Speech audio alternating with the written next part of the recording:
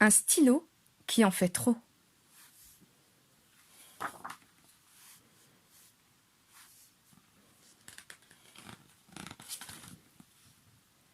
Personnages principaux, Monsieur V et le stylo rouge. Personnages secondaires, personnage emprunté à l'album Ribambelle, aventure à la piscine.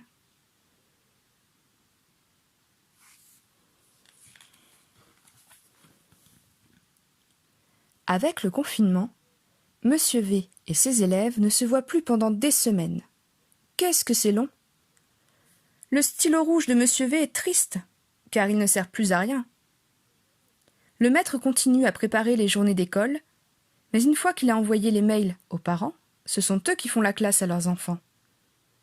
Monsieur V et le stylo rouge dépriment.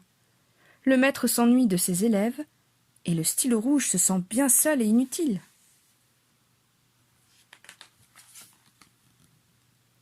Un jour, alors que le maître prépare le travail scolaire, le stylo rouge a une idée. Il profite que Monsieur V a le dos tourné pour sortir de la trousse. Il s'approche du livre laissé ouvert sur le bureau, Aventure à la piscine. C'est l'histoire d'une petite fille, Perrine, et de son crocodile, Baxter. Les enfants travaillent sur ce livre en ce moment. Le stylo rouge se dit que s'il modifie l'histoire, les feuilles d'exercice ne correspondront plus et les réponses des élèves seront fausses. Lui, le stylo qui sert à corriger, aura peut-être à nouveau du travail. Le stylo est rouge de colère parce qu'on ne s'occupe plus de lui.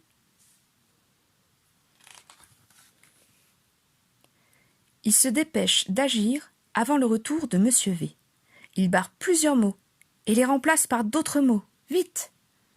Puis, il se laisse tomber à côté du livre.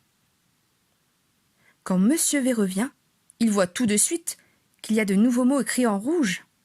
Qu'est-ce qui s'est passé? Il remarque immédiatement le stylo rouge sur le bureau. « Qui a fait ça ?» s'écrie le maître. Rouge de honte, le stylo répond « C'est moi !» Monsieur V n'en croit pas ses yeux. Son stylo rouge a écrit tout seul. « Qu'est-ce qui t'a pris? On travaille en équipe !» dit le maître. Le stylo rouge tout penaud ne sait pas quoi dire. Monsieur V se penche sur le livre et regarde de plus près. Le stylo rouge a barré Perrine et a écrit Monsieur V. Lorsque Monsieur V saisit le livre, quelque chose de bizarre se produit. Monsieur V disparaît dans un nuage de poussière et c'est une petite fille blonde qui apparaît sur la chaise de bureau. Le stylo est ébahi.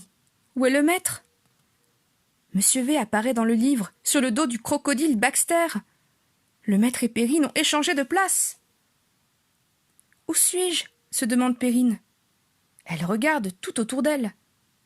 Elle aperçoit alors le stylo rouge. Il sautille sur le bureau pour attirer son attention. « Hé, aide-moi !» dit le stylo. « Mon maître est tombé dans ton histoire. » Perrine regarde le livre devant elle. Mais oui, c'est son histoire. Elle reconnaît son crocodile et la jungle de son aventure. « Qu'est-ce qu'on peut faire alors ?» demande la petite fille. « Je ne sais rien faire à part corriger, moi !» dit le stylo rouge. Perrine cherche une idée et tourne une page du livre. Pendant ce temps, Monsieur V commence à paniquer. Il ne veut pas rester coincé dans le livre. Comment va-t-il faire pour sortir de là? Monsieur V essaie de réfléchir. Tout à coup, il entend un drôle de bruit, un grondement sourd. Soudain, il se rappelle de l'histoire. Oh non! La chute d'eau! Monsieur V s'agrippe plus fort à Baxter. Il n'est pas rassuré. « Oh! Mon nom a disparu dans les autres pages du livre !» s'exclame Perrine en tournant les pages. « Voilà celle avec la chute d'eau !» Monsieur V crie. « Baxter! Fais quelque chose !» Le maître a crié sans s'en rendre compte. C'est la suite de l'histoire. Tout se passe comme d'habitude quand Perrine est l'héroïne de ce livre. Monsieur V est en train de vivre l'aventure de Perrine à sa place et il ne peut rien changer. Baxter pagaille de ses 4 pattes et donne de violents coups de queue pour essayer d'atteindre la rive. Comme c'est écrit dans le livre, Baxter réussit. Monsieur V et Baxter sont sains et saufs sur la rive. Perrine tourne la page et commence à lire. À ce moment-là, des petits hommes arrivèrent avec leurs lances, leurs arcs et leurs flèches. « Oh non, vite, corrige vite le texte !» dit Perrine au stylo rouge. Le stylo se dépêche de sauter sur le livre. Le stylo barre toutes les autres phrases de la page. Puis il écrit de nouvelles phrases.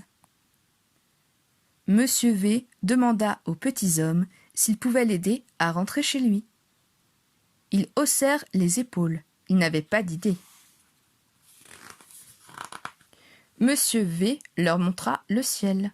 « Avez-vous une corde ?» Le plus habile des petits hommes accrocha une longue corde à une flèche. Il tira la flèche vers le ciel. Elle partit si haut qu'elle transperça le ciel. « Attention !»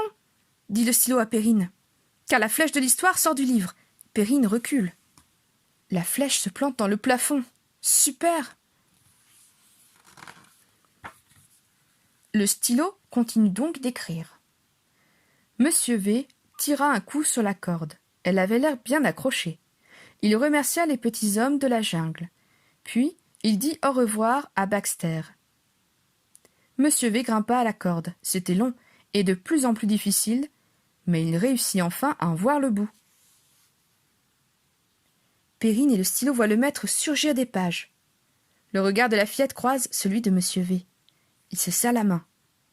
Perrine attrape alors la corde et se laisse glisser dans le livre. Elle a hâte de retrouver Baxter. Ouf! Tout est rentré dans l'ordre. Le stylo rouge regarde Monsieur V. Il a peur de sa réaction. Après tout, c'est à cause de ses bêtises que le maître est tombé dans ce livre. Mais Monsieur V lui sourit. « Merci, je crois que c'est grâce à toi que je suis de retour à la maison. Mais n'oublie pas, on travaille en équipe. Je vais avoir besoin de toi, car on va bientôt retrouver les élèves. »